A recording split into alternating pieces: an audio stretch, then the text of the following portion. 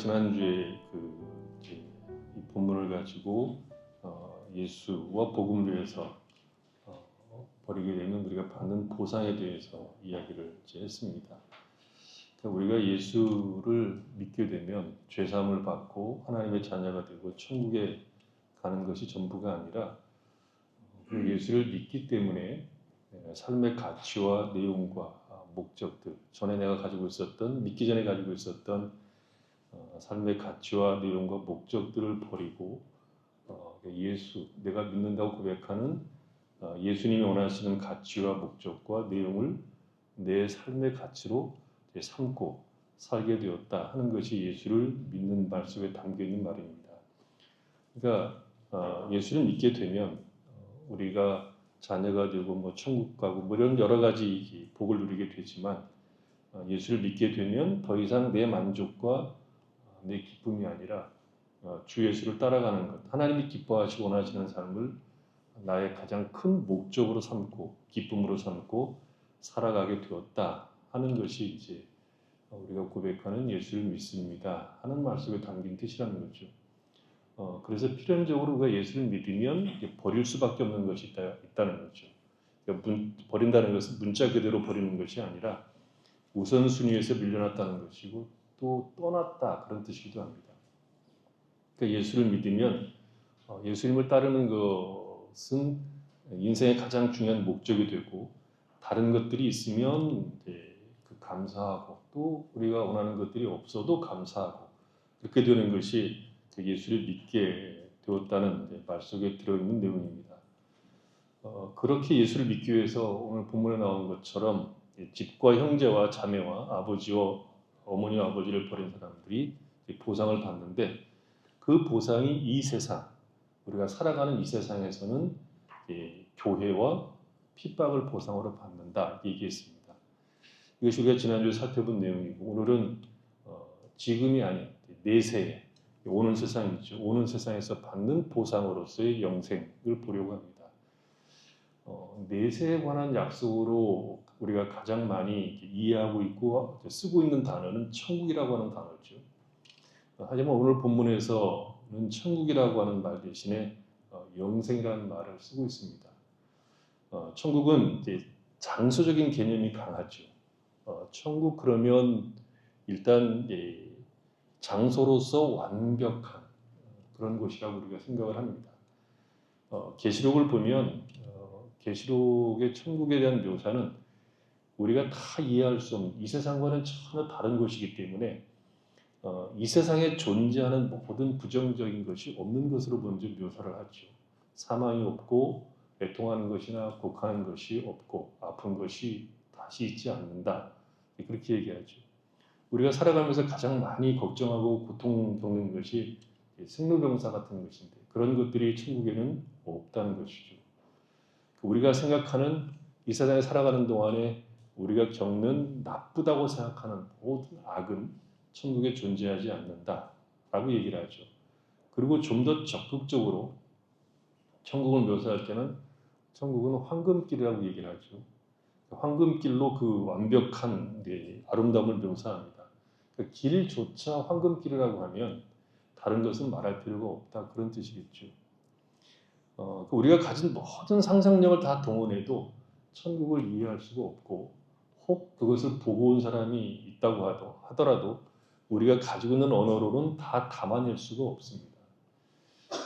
그러나 천국에 대한 가장 아름다운 표현은 저는 이것으로 봅니다. 계시록에 보면 이런 표현이 나오거든요. 잘 들어보세요.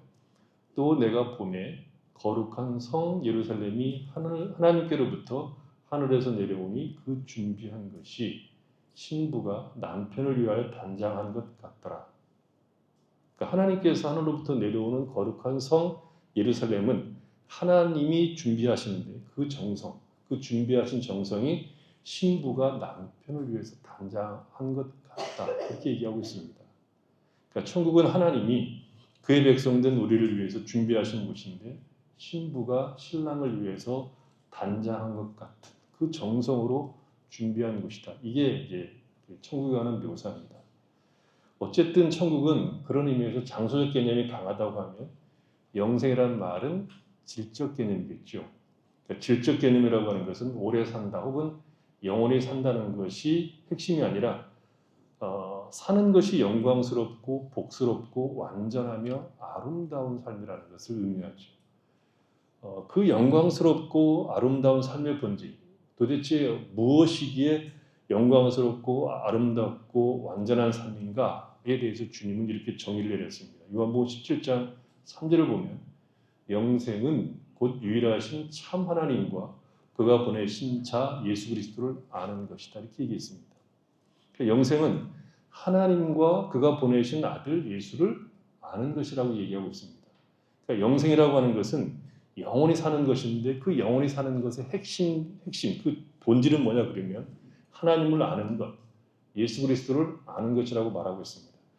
여기서 안다는 것은 지식과 경험을 합친 것을 의미합니다. 하나님을 안다는 것은 하나님께서 계시하신 말씀을 통해서 하나님의 존재와 성품과 하나님의 일하심의 모든 내용들을 지성으로 아는 것이 전부가 아니라 그 사실을 우리의 삶 속에서 전인격적으로 체득하는 것을 말합니다. 그러니까 안다는 것은 정보적 차원이 아니라 인격적으로 안다는 것을 말합니다. 그러니까 안다는 것은 하나님에 대해서 아는 것이 아니라 하나님을 아는 겁니다. 완벽한 예는 아닌데 혹은 잘못 이해할 수도 있는 예인데 여기서 안다는 것은 부부가 서로 안다는 그런 의미에서 안다는 것입니다. 속과 겉을 속속들이 아는 것을 의미합니다. 그러니까 하나님을 안다, 예수 그리스도를 안다는 것은 정보적 차원이 전부가 아니라 우리의 삶에서 개인적으로 그 하나님을 경험하는 것까지가 아는 것이고 그 하나님을 아는 것은 우리에게 큰 기쁨과 감사와 놀라움과 천국을 맛보게 해줍니다. 그러니까 신앙은 하나님을 아는 것만큼이 신앙의 분량입니다. 신앙이 얼마나 깊으냐? 그것은 하나님을 아는 것만큼 깊은 겁니다. 하나님을 알고 그리스도 예수를 알면 어떻게 됩니까? 영생의 복락을 누리죠. 이 말씀하신 대로 천국의 기쁨을 맛보는 겁니다. 하나님을 안다는 사실이 우리가 살아가는 현실 속에서 우리가 가지고 있는 여러 가지 현실, 만나는 현실, 우리가 가지고 있는 그 모든 목적과 가치들이 사실 하나님을 안다는 것 속에서 다 허무해지는 것이고 하나님을 안다는 것을 통해서 우리는 우리의 삶이 어떠함에도 불구하고 감사와 소망을 가지고 살아갈 수 있게 합니다. 하나님을 알면, 주 예수를 알면 우리의 삶 그 자체가 매우 아름다워진다는 것을 아는 겁니다. 세상은 비록 나라는 존재에 대해서 아는 바가 없고 인정하는 바가 없고 나는 비록 작은 존재이고 연약한 존재이고 혹은 누저와 같은 존재일지라도 내가 하나님을 알고 하나님이 나를 안다면 거기가 바로 영생의 자리입니다. 천국입니다. 나의 존재가 하나님으로 인해서 채워지는 충만한 자리가 된다는 것이죠. 신앙의 질은 하나님을 아는 깊이와 정확하게 비례합니다. 하나님의 존재와 성품과 그 일하심에 대한 지식과 믿음은 우리로 하여금 이 세상을 넉넉하게 살아가게 하는 근거가 됩니다. 전능하신 하나님이 세상을 창조하시고 그 창조하신 하나님이 세상을 섭리하십니다. 말하자면 다스리십니다. 하나님께서 세상을 창조하시고 자연이라고 하는 법칙을 두시고 운행하시지만 자연이라고 하는 법칙에 온전히 맡기고 당신은 손을 떼고 계신 것이 아니라 여전히 친히 이 세상을 섭리하시고 통치하시고 보존하십니다. 그것을 우리가 알고 믿으며 섭리하신다는 것을 경험적으로 알아가게 되는데 어떻게 알아가게 되냐면 우리가 기도를 통해 살아갑니다. 하나님이 섭리한다는 것은 우리가 기도를 통해서 그 섭리하신 하나님 우리의 기도에 응답하시고 우리를 그대로 홀로 두지 않고 우리의 삶 속에 간섭하셔서 우리로 하여금 이 세상을 살아가게 한다는 것을 알게 하십니다. 체험케 하신다는 거죠. 우리가 그런 인생을 살아가면서 여러 가지 만나는 사건들을 바라보면서 이런 고백을 넉넉하게 하게 됩니다. 하나님을 사랑하는 자, 곧 그 뜻대로 부르심 입은 자들에게는 모든 것이 합력하여 선을 이룬다. 우리는 아멘입니다. 하나님이 어떤 분이신가를 알고 하나님께서 그 아들 안에서 행하신 일과 아들이 하신 구속 역사를 안다는 것은 우리의 인생이 그 안에서 가장 복되고 명예로운 존재로 인도되는 영광 속에 있다는 것을 알게 된다는 거죠. 그래서 우리를 둘러싸고 있는 그 어떤 일에도 불구하고 그 모든 일들이 합력하여 선을 이루는 것을 아는 인생의 복락을 우리가 예수를 믿으면 누리게 됩니다. 그게 보상입니다. 말하자면 영생은 지금 여기에서도 누리는 아주 특이한 보상입니다. 이 영생은 내세 약속된 보상이기도 하지만 하나님을 알고 예수님을 아는 그 영생의 그 복락은 현재 여기에서도 우리가 충분히 누릴 수 있는 복락이죠. 그래서 바울이 이렇게 우리를 가르치고 있습니다. 한번 다시 보시죠. 우리 자주 봤는데 몇 주에 걸쳐서 본 것 같아요. 빌립보서 3장입니다. 7절. 그러나 무엇이든지 내게 유익하다는 것을 내가 그리스도를 위하여 다 해로 여길 뿐더러 또한 모든 것을 해로 여기면 내 주 그리스도 예수를 아는 지식이 가장 고상하기 때문이라. 내가 그를 위하여 모든 것을 잃어버리고 배설물로 여기면 그리스도를 얻고 그 안에서 발견되려 하느니 내가 가진 의는 율법에서 난 것이 아니요 오직 그리스도를 믿음으로 말미암은 것이 곧 믿음으로 하나님께로부터 나는 의라. 내가 그리스도와 그 부활의 권능과 그 고난의 참량을 알고자 하여 그의 죽으심을 받아 어떻게 해서든지 죽은 자 가운데서 부활에 이르려 하느니 내가 입 얻었다함도 아니요 온전히 이루었다함도 아니라 오직 내가 그리스도 예수께 잡힌 바 된 그것을 잡으려고 달려가노라. 형제들아 나는 아직 내가 잡은 줄로 여기지 아니하고 오직 한 일 즉 뒤에 있는 것은 잊어버리고 앞에 있는 것을 잡으려고 표대를 향하여 그리스도 예수 안에서 하나님이 위에서 부르신 부름의 상을 위하여 달려가노라. 그러므로 누구든지 우리 온전히 이룬 자들은 이렇게 생각할지니 만일 어떤 일에 너희가 달리 생각하면 하나님이 이것도 너희에게 나타내시리라. 오직 우리가 어디까지 이르렀든지 그대로 행할 것이라. 형제들아 너희는 함께 나를 본받으라. 그리고 너희가 우리를 본받는 것처럼 그와 같이 행하는 자들을 눈여겨보라. 내가 여러 번 너희에게 말하였거니와 이제도 눈물을 흘리며 말하노니 여러 사람들이 그리스도 십자가의 원수로 행하느니라. 그들의 마침은 멸망이요 그들의 신은 배요 그 영광은 그들의 부끄러움이 있고 땅에 이른 일을 생각하는 자라. 그러나 우리의 시민권은 하늘에 있는지라. 거기로부터 구원하는 자 곧 주 예수 그리스도를 기다리노니 그는 만물을 자기에게 복종하게 하실 수 있는 자의 역사로 우리의 낮은 몸을 자기의 영광의 몸의 형체와 같이 변하게 하시리라. 여기 사도 바울의 한번 이 이야기를 한번 잘 들어보십시오. 사도 바울은 우리와 비교할 수 없을 만큼의 영적 지식을 가지고 있는 분이십니다. 그러니까 지식적 차원에서나 경험적 차원에서 우리하고는 비교할 수 없는 그런 분이죠. 그는 하나님을 아는 그 지식적 차원에서나 하나님이 실제로 자신의 인생 가운데 간섭하신 경험적 차원에서 우리하고 비교할 수 없을 만큼 수준을 비교하자면 우리는 초등학생도 안 될 거고 사도 바울은 뭐 대학원 뭐 박사 뭐 이런 수준일 겁니다. 그런데 그런 바울이 무엇을 고백하고 있습니까? 이 편지를 쓸 때가 사도 바울 인생 말년이거든요. 그 뭐라고 기록하고 있습니까? 10절에 보면 내가 바라는 것은 그리스도로 알고 그분의 부활의 능력을 깨닫고 그분의 고난에 동참하여 그분의 죽으심을 본받는 것입니다. 그리하여 나는 어떻게 해서든지 죽은 사람들 가운데서 살아나는 부활을 이루고 싶습니다. 나는 이것을 이미 얻은 것도 아니며 이미 목표점이 다다른 것도 아닙니다. 그리스도 예수께서 나를 사로잡으셨으므로 나는 그것을 붙들려고 쫓아가고 있습니다. 형제자매 여러분, 나는 아직 그것을 붙들었다고 생각하지 않습니다. 내가 하는 일은 오직 한 가지입니다. 뒤에 있는 것을 잊어버리고 앞에 있는 것을 향하여 몸을 내밀면서 그리스도 예수 안에서 하나님께서 위로부터 부르심의 상을 받으려고 목표점을 바라보고 달려가고 있습니다. 이 내용, 이 바울의 고백의 내용을 오래전에 히든크 감독이 주석을 했습니다. 해석을 했습니다. 뭐라고 해석했냐면 나는 아직도 배가 고프다. 이렇게 해석을 했어요. 그 얘기예요, 지금 이 얘기가. 히든크는 승리에 배고팠던 것이고 사도 바울은 하나님을 아는 것, 하나님께서 그 아들 안에 행하신 일을 아는 것, 주 예수를 아는 일을 내가 멈출 수가 없다는 겁니다. 인생 말년에 그렇게 고백한 거예요. 뒤를 돌아볼 틈이 없다는 것입니다. 예수를 믿는 사람들에게 주어지는 아주 중요한 보상 중에 하나가 뭐냐? 예수를 믿기 때문에 이 배고픔을 느끼게 해주시는 겁니다. 세상에 대한 배고픔은 멈춥니다.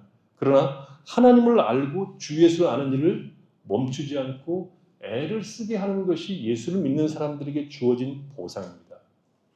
그것이 영생입니다. 인생에 맛볼 수 있는 가장 충만한, 인생에 누릴 수 있는 가장 견고하고 아름다운 복으로서 하나님을 아는 지식, 주 예수를 아는 지식에 굶주리게 하는 것이 우리에게 주어진 보상입니다. 바울이 뭐라고 얘기합니까? 하나님을 아는 것, 주 예수를 아는 것과 다른 것들을 비교해보면 다른 것들은 전부 똥이라고 얘기하고 있습니다. 배설물 같다고 얘기하고 있습니다. 오직 하나님을 알고 주 예수를 아는 것만이 인생을 아름답게 하고 복되게 하고 영광스럽게 하는 것이지, 하나님을 아는 것 빼고 다른 모든 것을 아는 것은 사실은 미련한 것들입니다. 허망한 것들입니다. 예수를 믿는 사람들, 예수와 복음을 위해서 다른 것을 버린 사람들은 배고픈 자들입니다. 먹고 먹어도 채워지지 않는 배고픔이 있습니다. 그러나 그 배고픔은 기쁨이요, 만족이요, 영광이요, 충만한 배고픔입니다. 의에 줄이고 목마른 사람들은 복이 있습니다. 왜냐하면 저들이 배부를 것이기 때문입니다. 또 그 배부름은 또다시 우리로 하여금 배고프게 만듭니다. 이건 순환적인 겁니다. 신자는 하나님을 알고 주 예수를 아는 일에 배가 고프면 고플수록 만족과 충만과 기쁨과 영생의 복락을 여기에서 누릴 겁니다. 그리고 그런 충만과 기쁨과 천국을 누리는 자들은 더더욱 그리스도 예수를 알고자 힘씁니다. 말하자면 하나님을 아는 일, 주 예수를 아는 일에는 끝이 없습니다. 어떻게 우리가 하나님을 아는 일에 충분하다고 말할 수 있습니까? 나는 더 이상 하나님을 알 필요가 없다고 말할 수 있겠습니까? 나는 이제 더 이상 예수 그리스도를 알 필요가 없다. 나는 충분히 체험을 했다. 신비한 체험을 했다. 나는 충분히 공부했다. 나는 성경을 100독이나 했기 때문에 나는 더 이상 성경을 읽을 이유가 없다고 말할 수 있습니까? 없습니다. 하나님을 아는 지식과 성경을 아는 지식은 알수록 더 신비하고 더 놀랍고 더 알고 싶고 더 기쁘게 하고 더 충만하게 하고 더 만족스럽게 우리의 인생을 인도해 갑니다. 여기에 있는 동안에 우리는 예수를 믿는다고 하면 이 하나님을 아는 일에 힘을 기울여야 합니다. 하나님을 알수록, 우리 주 예수를 알수록 신자의 인생으로 부름을 입은 것이 얼마나 복되고 영광스러운 것인가를 알 수 있기 때문입니다. 하나님을 아는 것은 우리 영혼의 가장 큰 복입니다. 하나님을 아는 것은 우리 영혼의 가장 큰 안식입니다. 하나님을 아는 것은 우리 영혼의 가장 큰 기쁨이요 감사합니다. 하나님을 알수록 우리는 우리 자신에 대해서 할 말이 없어지고 오직 우리의 자랑은 주 예수에는 없음을 알게 됩니다. 하나님을 알수록 지금 우리가 어떻게 살고 있든지 상관없이, 말하자면 성공했든지 실패했든지 아프든지 건강하든지 배웠든지 못 배웠든지 남자든 여자든 어린이든 아이든 아무 상관없이 하나님을 알수록 우리의 삶은 영생의 복락을 누리게 됩니다. 하나님을 알면 평강과 희락과 만족과 안식과 견고함과 빛을 누리게 됩니다. 여러분은 예수를 믿는다고 고백해서 이 보상을 지금 받고 있고 누리고 있습니까? 예수와 복음을 위하여 버린 자들은 이 영생을 누려야 됩니다. 그 배에서 생수의 강이 흘러야 됩니다. 아니면 우리는 사도 바울이 고백한 것과 반대로 바울이 버린 것들을 다시 주워 담고 세상이 줄 것 같은 그러나 결코 주지 않는 힘과 능력을 바라보고 있습니까? 여러분은 이 보상을 지금 충분히 받고 있습니까? 그러나 이 세상에서 하나님을 알고 주 예수를 알므로 영생의 보상을 받긴 하지만 그것은 완전한 것은 아닙니다. 오늘 본문도 영생의 보상은 내세에 주어지는 것이라고 분명히 말하고 있습니다. 보상으로서의 영생은 장차 주어지는 것이 완전하다는 것이죠. 말하자면 영생은 내세의 복임에도 불구하고 지금 여기서 맛볼 수 있는 내용으로 우리에게 주어진 겁니다. 하지만 궁극적인 영생, 곧 완전한 의미에서 하나님을 아는 것은 장차 주어질 복락이면서도 지금 여기에서 부분적으로 영광을 누릴 수 있습니다. 하나님을 알면, 주 예수를 알면 우리는 영생의 복락을 누립니다. 그러나 이 영생은 본질적으로 내세에 완벽하게 주어지는 복입니다. 지금 여기에서 우리가 아는 것은 부분적입니다. 온전한 것은 장차 주어질 겁니다. 지금 누리는 영생의 복락과 장차 누릴 영생의 복락의 그 차이는 비교할 수 없습니다. 1000배? 10,000배? 10만 분의 1? 10만 배? 우리가 상상할 수 없는 현격한 차이가 거기에 존재할 겁니다. 우리가 지금은 거울을 보는 것, 이 거울은 천둥 거울이에요. 청동고를 보는 것 같이 혹은 우리가 물속에 비친 얼굴을 보듯이 주님을 보고 있겠지만 그때는 얼굴과 얼굴을 맞대어서 볼 겁니다. 지금은 우리가 부분적으로 알지만 그때는 주께서 나를 아신 것 같이 내가 주님을 온전히 압니다. 주님이 나를 아는 것처럼 내가 주님을 온전히 알게 됩니다. 주님이 나를 아는 것처럼 나도 주님을 알게 됩니다. 물이 바다를 덮은 같이 여호와를 아는 지식이 충만해질 겁니다. 그러니 지금 여기서 주님을 아는 것이 놀랍고 신기하고 복된 것이지만 그러나 그날에 비하면 조족질에 불과할 겁니다. 그래서 바울의 얘기를 한번 들어보십시오. 사도 바울은 그것을 명확히 알고 있었던 사람이기 때문에 이런 고백을 합니다. 빌립보서 1장 20절 나의 간절한 기대와 소망을 따라 아무래든지 부끄러워하지 아니하고 지금도 전과 같이 온전히 담대히 살든지 죽든지 내 몸에서 그리스도가 존귀하게 되게 하려 하나니 이런 내게 사는 것이 그리스도니 죽는 것도 유익하니라. 그러나 만일 육신으로 사는 이것이 내 일의 열매일진데 무엇을 택해야 할지 나는 알지 못하노라. 내가 그 둘 사이에 끼어 있으니 차라리 세상을 떠나서 그리스도와 함께 있는 것이 훨씬 더 좋은 일이라. 그렇게 하고 싶으나 바울의 마음이 지금 어디다고 얘기합니까? 21~3절을 보면 내가 그 둘 사이에 끼어 있으니 차라리 이 세상을 떠나서 그리스도와 함께 있는 일이 훨씬 더 좋은 일이라고 그렇게 이야기하고 있습니다. 그러니까 바울은 빨리 가고 싶은 겁니다. 왜냐하면 지금 여기서도 충분히 복락을 누리고 있지만 거기에 가서는 훨씬이라고 막 표현도 부족하죠. 완벽하게 주님을 알게 될 것이고 주님과 영원토록 함께 있게 될 것이기 때문입니다. 천국이 우리가 생각하는 완전한 장소이기 때문에가 아니라 무릉도원 같은 곳이 아니라 내가 사랑하는 지금 내가 사랑을 받고 있고 내가 사랑을 주고 있는 그리스도 예수를 거기 가서 완전히 알게 되고 그 주님과 완벽하게 함께 있을 것이기 때문입니다. 고린도후서에서도 바울은 이렇게 얘기하죠. 우리가 담대하여 원하는 바는 차라리 몸을 떠나 주와 함께 있는 그것이라. 그러니까 사도 바울이나 사도들이 가지고 있었던 믿음 가운데 하나는 이 세상이 전부가 아니라 오는 세상이 있다는 겁니다. 지금이 전부가 아니라 장차 주어질 영광이 자신들을 기다리고 있다고 얘기하고 있습니다. 그래서 바울이 이렇게 권면하죠. 로마서 8장입니다. 로마서 8장 18절인데 생각하건대 현재의 고난은 장차 우리에게 나타날 영광과 비교할 수 없도다. 피조물이 고대하는 바는 하나님의 아들들이 나타나는 것이니 피조물이 허무한 데 굴복하는 것은 자기 뜻이 아니요 오직 굴복하게 하시는 이로 말미암음이라. 그 바라는 것은 피조물로 썩어지며 죽노릇한 데서 해방되어 하나님의 자녀들의 영광에 자유에 이르는 것이라. 피조물이 다 이제까지 함께 탄식하며 함께 고통을 겪고 있는 것을 우리가 아느니라. 그뿐 아니라 또한 우리 곧 성령의 처음 익은 열매를 받은 우리까지 속으로 탄식하여 양자될 것 곧 우리 몸의 속량을 기다리느니라. 우리가 소망으로 구원을 얻었으며 보이는 소망이 아니니 보는 것을 누가 바라리요. 만일 우리가 보지 못하는 것을 바라면 참음으로 기다릴지라. 여기서 바울이 하고 싶은 이야기 핵심이 이겁니다. 피조물들도 하나님의 자녀들이 영광의 자유에 이르는 것을 고대하고 있다는 거죠. 그러니까 피조물도 썩어짐의 종로로 돼서 해방될 날을 고대한다. 이 고대한다는 말의 뜻은 목이 빠지게 기다린다는 말입니다. 그러니까 피조물도 썩어짐의 종로로 돼서 해방될 날을 목을 빼고 기다리고 있다고 하면 성령의 처음 익은 열매를 받은 우리는 얼마나 더 해야 되겠냐 그런 뜻입니다. 그러니까 사도 바울이 신자들에게 강조하고 싶은 얘기는 보지 못한 것, 곧 영광의 날, 주의 나라를 피조물들도 목을 빼고 기다리고 있다면 우리는 더 큰 기대, 더 큰 소망을 가지고 기다리는 것이 마땅하지 않느냐 그런 뜻입니다.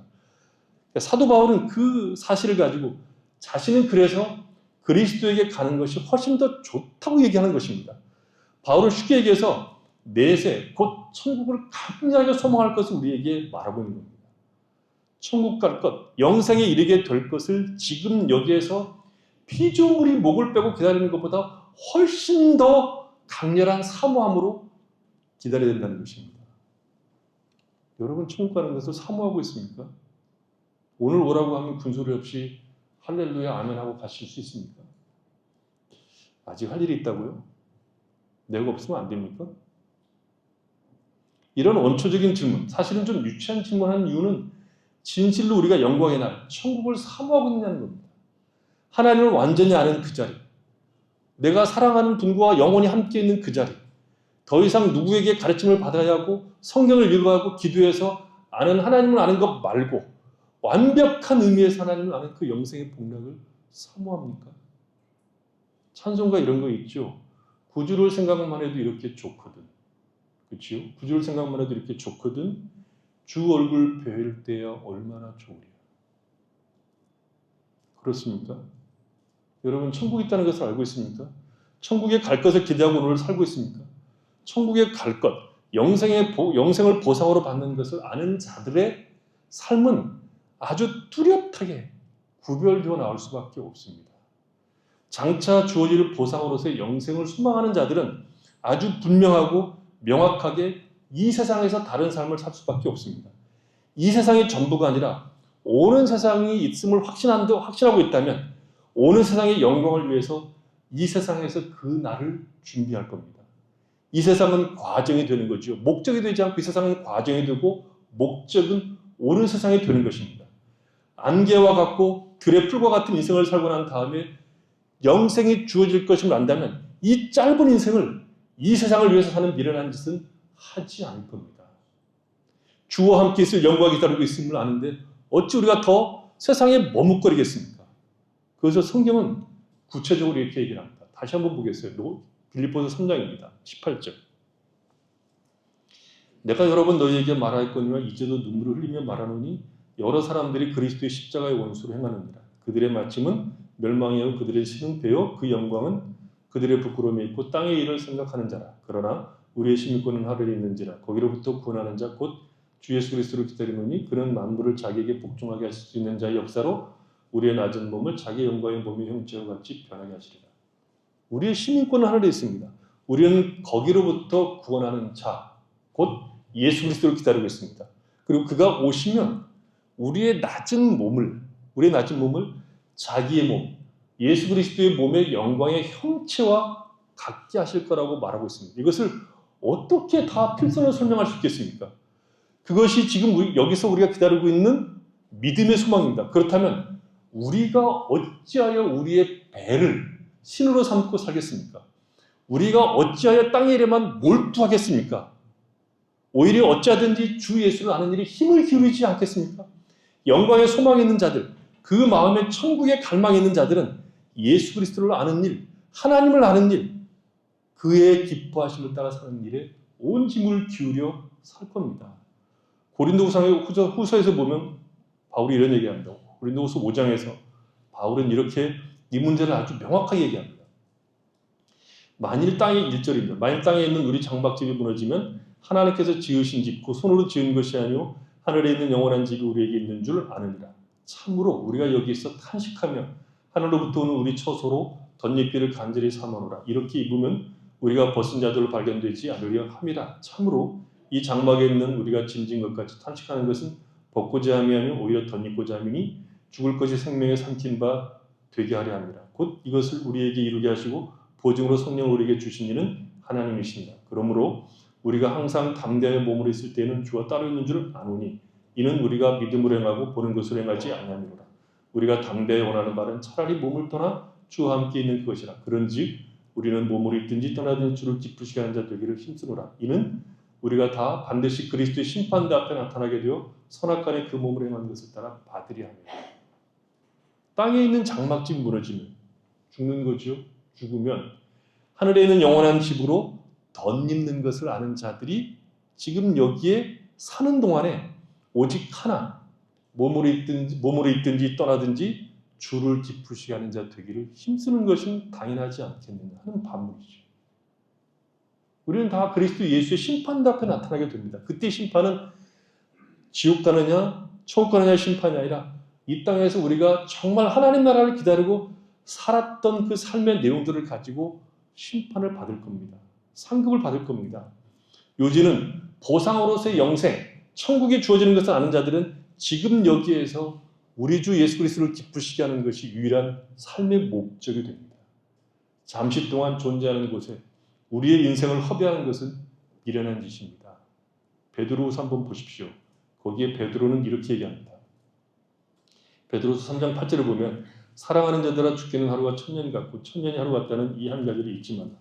주의 약속은 어떤 이들이 더디다고 생각하는 것 같이 더딘 것이 아니라 오직 주께서 너희를 대하여 오래 참으사 아무도 멸망치 아니하고 다 회개하게 이르기를 원하시니라. 그러나 주의 날에 도둑같이 오리니 그날에는 하늘이 큰 소리로 떠나가고 물질이 뜨거운 불에 풀어지고 땅과 그 중에 있는 모든 일이 드러나리로다. 이 모든 것이 이렇게 풀어지리니 너희가 어떠한 사람이 되어야 마땅하냐. 거룩한 행실과 경건함으로 하나님의 날이 임하기를 바라보고 간절히 사모하라. 그날에 하늘이 불에 타서 풀어지고 물질이 뜨거운 불에 녹아지려니와 우리는 그의 약속대로 의가 있는 곳인 새하늘과 새 땅을 바라보는도다. 그러므로 사랑하는 자들아 너희가 이것을 바라보나니 주 앞에서 점도 없고 흠도 없이 평강 가운데 나타나기를 힘쓰라. 베드로가 편지를 썼던 당시가 1세기 전인데도 불구하고 주님이 더디 온다고 말한 자들이 있었습니다. 지금까지 안 오시는 거 보니까 안 오시는가 보다 말하는 자들이 있었고, 그렇게 말하는 자들은 예수님이 안 오실 것이니까 마음대로 살자, 그리고 마음대로 살았던 것으로 보입니다. 하물며 2000년이 지났으니까 더 그럴 수 있지 않겠습니까? 2000년이 지났는데도 안 오시는가 보다 라고 생각할 수 있을 때 베드로가 뭐라고 말합니까? 죽게는 하루가 천년 같고 천년이 하루 같다고 얘기하고 있습니다. 그리고 주의 약속이 더딘 것이 아니라 오래 참는 것이고, 주의 약속은 지금까지 한 번도 펑크난 적이 없음을 알고 그날이 반드시 올 것이니 지금 여기에서 거룩한 행실과 경건함으로 하나님의 날이 임하기를 바라보고 간절히 사모하는 겁니다. 그날의 주 앞에 설 준비를 지금 여기서 하라는 겁니다. 말하자면 그날 천국에 들어가는 날이 오는 것을 믿는다면 오늘은 그 날을 준비하는 날로 채워가야 된다는 뜻입니다. 요한일서 3장에서 요한은 이렇게 얘기하죠. 1절 보라 아버지께서 어떠한 사랑을 우리에게 베푸사 하나님의 자녀를 일컬음을 받게 하셨는가. 우리가 그라도다. 그러므로 세상이 우리를 알지 못하면 그를 알지 못함이라. 사랑하는 자들아 우리가 지금은 하나님의 자녀라. 장래에 어떻게 될지 아직 나타나지 아니하였으나 그가 나타나시면 우리가 그와 같을 줄을 아는 것은 그의 참모습 그대로 볼 것이기 때문이니 주를 향하여 이 소망을 가진 자마다 그의 깨끗하실 것과 같이 자기를 깨끗하게 하느니라. 주를 향하여 이 소망을 가진 자마다 그의 깨끗하신 같이 자기를 깨끗하게 한다고 요한은 말하고 있습니다. 영생에 대한, 마지막으로 주어질 영생에 대한 참된 소망, 천국에 대한 참된 소망은 우리가 우리 자신들을 깨끗하게 하는 일에 힘쓰게 된다고 말하고 있습니다. 주님이 나타나시면 우리가 그와 같을 줄을 알고 있습니까? 그 영광의 소망이 있다면 오늘은 무엇보다도 중요한 한 날이 됩니다. 사도 요한이 계시록을 쓴 목적이 무엇입니까? 계시록을 쓸 당시, 요한계시록을 쓸 당시 그 당시 얼마 안 되는 성도들은 극심한 환난을 겪고 있었습니다. 사도 요한이 계시록을 쓸 당시 예수를 믿는다는 것은 세상에서 가장 바보스러운 선택 중에 하나였습니다. 예수를 믿겠다고 말하는 것은 하면 안 되는, 가능하면 하지 말아야 되는 선택 중에 가장 바보 같은 선택이었습니다. 가장 미약한 종교였고 가장 힘이 없는 종교였고 예수를 믿는다고 고백하는 순간 세상으로부터 격리되어 고난 가운데를 걸어가는 것과 같았습니다. 그런 신자들에게 하나님이 요한을 통해서 주신 계시가 무엇입니까? 이 세상이 끝이 아니다. 너희가 고생하면 고생 끝에 낙이 온다가 아니라 이 세상이 끝이 아니다. 오는 세상이 있다. 주님이 다시 오신다. 새하늘과 새 땅이 너희들을 위해서 준비되었다. 거룩한 성 예루살렘이 너희를 위해서 준비되었다. 물론 지금도 주 예수께서 살아계셔서 그의 교회와 성도들을 돌보고 계시지만 궁극적인 승리는 장차 오는 세대에서 주어질 것이라고 말하는 겁니다. 그러니 지금 고난을 당하는 것으로 후퇴하거나 믿음을 포기하지 말고 견뎌라, 인내하라. 그 인내의 싸움을 요구하기 위해서 요한계시록을 통해서 하나님이 역사 속에서 궁극적으로 승리해서 그 나라를 주실 것을 말하고 있는 겁니다. 성경은 말하자면 아주 강력하게 모든 신자들에게 이 땅에 살면서 이 땅을 바라보지 말고 영원한 나라, 내세를 바라볼 것을 요구합니다. 오늘의 현실을 내세의 세계로 도망가라고 하는 것이 아니라 그 영광의 날, 우리에게 주어질 그 보상의 그 날이 오늘을 믿음으로 살게 하는 힘이요 근거라고 말하고 있는 것입니다. 천국을 강하게 소망하는 자들, 완전한 영생을 사모하는 자들은 오늘을 세상으로 나가서 놀 수가 없습니다. 허비할 수가 없습니다. 어떤 사람이 주님에게 와서 형이 부당하게 아버지 재산을 가로챘으니 와서 좀 제대로 판결해달라고 요구합니다. 그러자 주님은 나는 그런 일을 하러 온 사람이 아니다라고 얘기합니다. 너희들이 오해하고 있는 것 중에 하나가 있는데 사람의 생명이 그 소유의 넉넉함, 그 재물이 있지 않다고 얘기합니다. 그리고 비유를 얘기하죠. 어떤 부자가 이미 부자인데 그 밭에 소출이 풍성하게 되었다. 그래서 이 부자가 이미 부자라서 곳간에 곡식이 넉넉하게 있는데 더 많은 곡식을 쌓아두기 위해서 창고를 부수고 더 큰 창고를 지어서 그리고 거기에 곡식을 채워놓습니다. 그리고 난 다음에 하는 말이 내 영혼아 여러 해 쓸 물건을 많이 쌓아두었으니 평안히 쉬고 먹고 마시고 즐거워하자 그랬습니다. 이것이 오늘날 모든 자본주의 속에 살고 있는 사람들의 소망이 아닙니까? 우리의 소망이 아닙니까? 이런 인생, 이런 말년이 다 이렇게 되기를 소망하지 않습니까? 그러나 하나님께서 오늘 밤 그 사람의 영혼을 취하시면 그 준비한 것이 누구의 것이 되겠냐고 물어봤습니다. 이 사람의 문제는 뭡니까? 죽은 이후의 인생이 끝이 아니라는 것을 몰랐습니다. 하나님이 계시고 그 하나님은 죽은 이후에 우리를 심판하시는 것을 몰랐습니다. 하나님이 계시고 죽은 이후에 세상에 존재하고 그 죽은 이후의 세상은 그때 결정되는 것이 아니라 지금 여기서 어떻게 살았는가로 결정된다면 오늘 하루는 그냥 하루가 아니라 영원하고 입되어 있는 하루가 되는 겁니다. 우리는 주 예수를 믿는 자들에게 주어지는 보상으로서 내세의 영생이라는 이 복락을 굳게 믿고 있고 잡고 있습니까? 오늘날 우리의 신앙의 가장 큰 문제 중에 하나는 내세를 놓고 있다는 거죠. 천국을 강렬하게 사모하는 사람들이 없다는 거죠. 천국을 사모하는 것이 작아지고 있습니다. 주님과 함께할 영생의 복락에 대해서 생각하는 것이 너무 없습니다. 오직 오늘만 존재하는 것처럼 사는 것이 우리의 문제라는 거죠. 우리의 현실 속에만 파묻혀 있다는 것입니다. 부자가 내 영혼아 이제 넉넉하게 되었으니 편히 쉬자. 놀러도 좀 다니고 하고 싶은 거 하면서 살자. 그것이 가장 큰 소망이라면 우리는 오늘 영혼을 준비하는 사람이 아니라고 말할 수 있습니다. 우리에게 주어지는 보상으로서 내세의 영생이 있음을 안다면 우리는 오늘 그 영광의 날을 바라보고 오늘을 준비하는 날로 삼을 겁니다. 그 마음을 시온의 도로에 두고 예루살렘 곧 교회를 사랑할 것이고 주를 위하여 살다가 당할 수 있는 핍박과 고난 때문에 두려워하지 않을 것이며 뒤로 물러가지 않을 것입니다. 주를 위해서 사는 일을 최고의 기쁨으로 여기며 오늘을 살아갈 겁니다. 오늘 내가 가지고 있는 모든 것들은 그 영광의 날들을 위하여 오늘 사용하는 일에 힘을 기울일 겁니다. 사도 바울이 고린도전서 7장에서 이렇게 얘기합니다. 7장 29절에 보면 형제들아 내가 이 말을 하노니 그때가 단축하여 진 후로 이후부터 안에 있는 자들은 없는 자 같이 하며 우는 자들은 울지 않는 자 같이 하며 기쁜 자들은 기쁘지 않는 자 같이 하며 매매하는 자들은 없는 자 같이 하며 세상 물건을 쓰는 자들은 다 쓰지 못하는 자 같이 하라. 이 세상의 외형은 지나갑니다. 뭔 말인지 모르겠죠. 저도 몰라서 다른 성경을 한번 읽어봤습니다. 의역이 많이 된 성경인데 의역이 된 많은 성경은 대충 무슨 뜻인지 이해하는 데 큰 도움이 됩니다.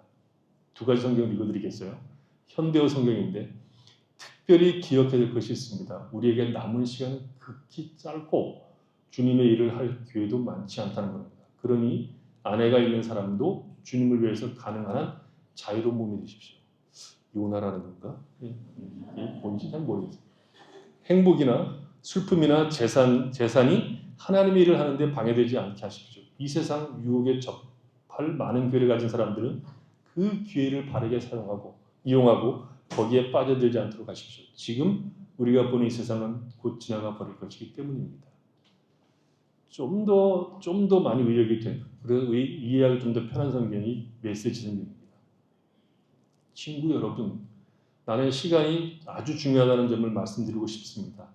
낭비할 시간이 없으니 여러분의 삶을 쓸데없이 복잡하게 만들지 마십시오. 결혼 생활이든 슬픈 일이나 기쁜 일을 만나든 무슨 일을 하든지 단순하게 사십시오. 쇼핑 같은 평범한 일을 할 때에도 그렇게 하십시오. 여자분들이 아멘해야 될 것 같아요. 세상이 여러분에게 억지로 떠맡기는 일은 가급적 삼가하십시오. 무슨 일이 있습니까? 명예, 정치 이런 데 기웃거리지 말라는 거겠죠. 여러분도 보다시피 이 세상은 소멸해 가고 있습니다. 단순하게 사십시오. 주님 앞에 가는 날이 짧을수록 짐을 더셔야 됩니다. 주님의 영광의 날을 맞이하는 사람의 모습은 그날이 가까울수록 이 세상에서 삶은 더욱 단순해지고 단촐해져야 됩니다. 그리고 아마도 더 깊이, 더 풍성하게 주님과 함께할 시간을 가지셔야 됩니다. 인생의 최고의 기쁨과 달콤함은 주님과 함께하는 시간이고 인생에서 최고로 만족하고 충만한 때는 주님을 아는 때입니다. 인생에서 가장 명예로운 때는 주님의 말씀을 따라갈 때입니다. 세상으로 향하던 문들은 점점 닫고 주님을 향해서 더 많은 시간을 내십시오. 거기에 인생의 초점을 맞추고 사는 것이 오늘을 내일을 준비하는 방식입니다. 바울은 이렇게 또 덧붙였습니다. 빌립보서 4장 5절에 보면 너희 관용을 모든 사람에게 알게 하라. 그러면서 거기다 이유를 덧붙였어요. 주께서 가까우십니다. 주께서 가까우시니 관용하라는 거죠. 먼저 남을 생각하고 너그러움을 보이십시오. 우리는 지금 여기에서도 영생의 보상을 받고 장차 영광의 나라도 영생의 복락이라는 영광을 누리게 될 것이니 이 짧은 인생을 사는 동안에 만나는 사람들에게 들들 볶이지 말고 너그럽게 대하고 기다리고 용납하십시오. 영생의 보상에 대하여 우리가 얼마나 사모하는가는 굉장히 중요합니다. 이 세상의 문제나 현실의 문제에 발목을 잡혀서 허덕거리지 마십시오. 장차 주어질 영광을 가지고 오늘을 보는 법을 자꾸 생각하셔야 됩니다. 오늘은 지나갑니다. 이 세상도 지나갑니다. 들의 핀꽃과 같이 시들어버립니다. 그런 세상에서 우리는 하나님의 은혜를 입어 예수와 복음을 위하여 세상을 버리고 주님을 찾은 자들이 되었습니다. 그런 우리에게 우리 주님은 영생을 보상으로 주십니다. 지금 여기에서 이 영생의 보상을 마음껏 누리십시오. 주님을 찾고 구하고 하나님을 아는 일에 힘을 기울이십시오. 그러면 세상에 전혀 줄 수 없는 영광과 달콤함과 기쁨과 평강과 안식을 주실 겁니다. 그리고 지금 누리는 영생의 복락보다 천배나 만배나 더 큰 복락으로 장차 주어질 영광의 보상으로 영생에 있음을 마음 다해 바라보고 사모하고 그날을 손꼽아 기다리십시오.